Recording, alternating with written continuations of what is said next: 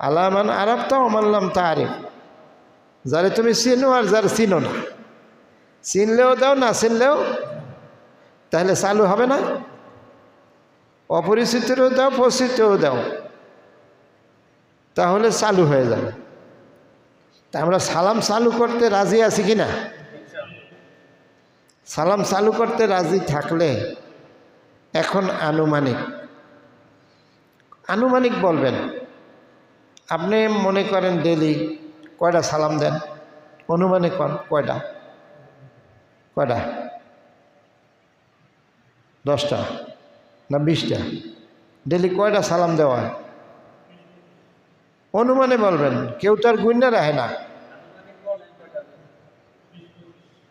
20-25, বেশি হইলে 20-25।